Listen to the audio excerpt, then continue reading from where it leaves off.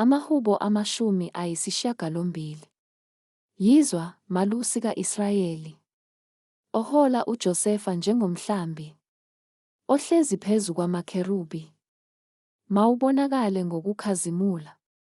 Vusa amandla akho phambi kuka-Efrayimi noBenjamini noManase. Uze ukusisindisa. Sibuyise, Nkulunkulu. Ukhanyise ubuso bakho.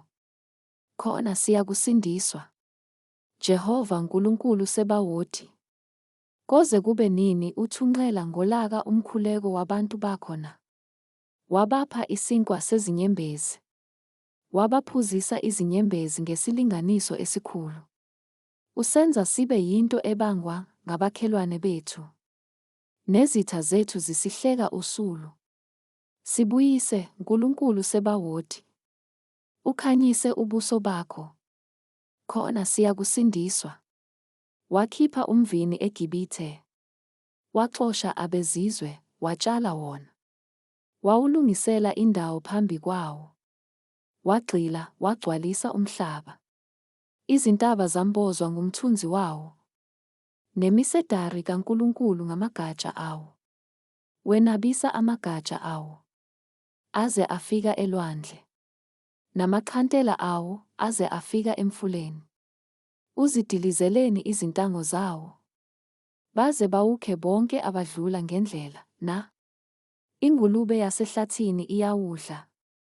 Nezilwane zasendle ziyawuqothula. Nkulunkulu Sebawothi, mawubuye. Bheka usezulwini, ubone. Unakekele lo mvini. Yebo, lo mvini otshalwe ngesokunene sakho. Nendodana ozikhulisele yona. Ushiswe ngumlilo, unqunyiwe. Bayakubhubha ngokukhuza kobuso bakho. Isandla sakho masibe phezu kwendoda yesokunene sakho. Phezu kwendodana yomuntu ozikhulisele yona. Khona asisayikuhoshekela emuva kuwe. Siphilise khona siyakukhuleka egameni lakho. Sibuyise, Jehova Nkulunkulu Sebawothi. Ukhanyise ubuso bakho.